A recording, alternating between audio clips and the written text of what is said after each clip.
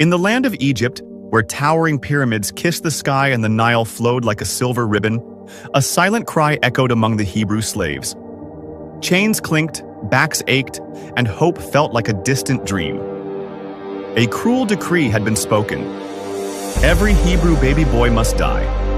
But destiny had other plans. A child, hidden by faith. In a small, dimly lit home, a mother clutched her newborn son. His tiny cries could cost him his life. With trembling hands and a heart full of courage, she placed him in a woven basket and gently set it afloat on the river. The current carried him, not to death, but to destiny. The basket drifted into the sight of Pharaoh's daughter. As she opened it and saw the helpless child, her heart softened. "This child will live," she declared.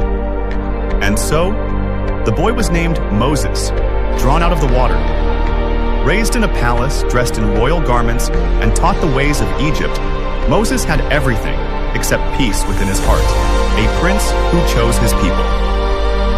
Years passed, and Moses grew into a strong man. But one day, he witnessed an Egyptian beating a Hebrew slave. Rage burned inside him. In a moment of passion, he struck the Egyptian down. Fear followed instantly. Moses fled into the wilderness, leaving behind the luxury of the palace for the harsh silence of the desert. For 40 years, he became a shepherd, far from power, far from purpose, or so it seemed. The fire that did not burn. One ordinary day, while tending sheep on Mount Horeb, Moses saw something extraordinary. A bush blazing with fire, yet not consumed. Curious and cautious, he stepped closer. Then a voice called out, powerful and unmistakable, "Moses! Moses!" It was God.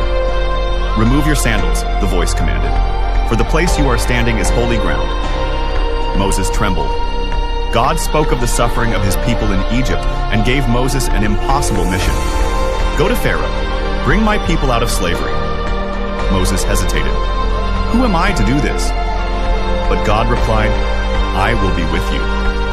The battle of power and faith. Moses returned to Egypt, no longer a prince, but a messenger of God. Standing before Pharaoh, he boldly declared, "Let my people go."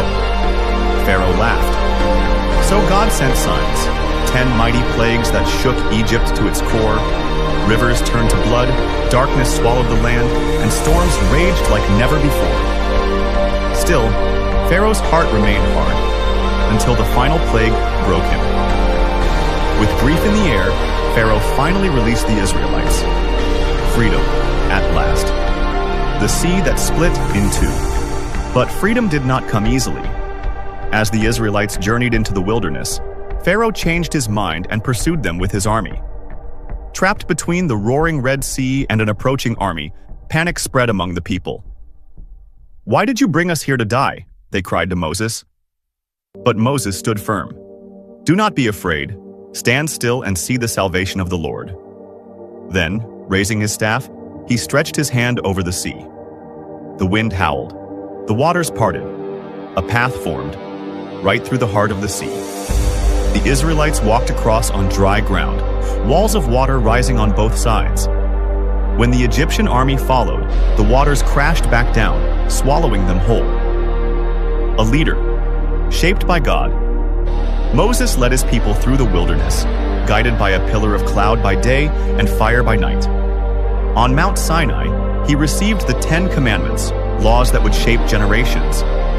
He faced rebellion, doubt, and hardship, yet he never walked alone. From a baby in a basket to a leader of nations, Moses' life was a journey of faith, courage, and divine purpose.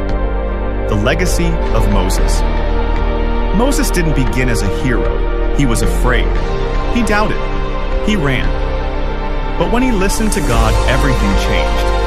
His story reminds us, you don't need to be perfect to be chosen. You just need to be willing.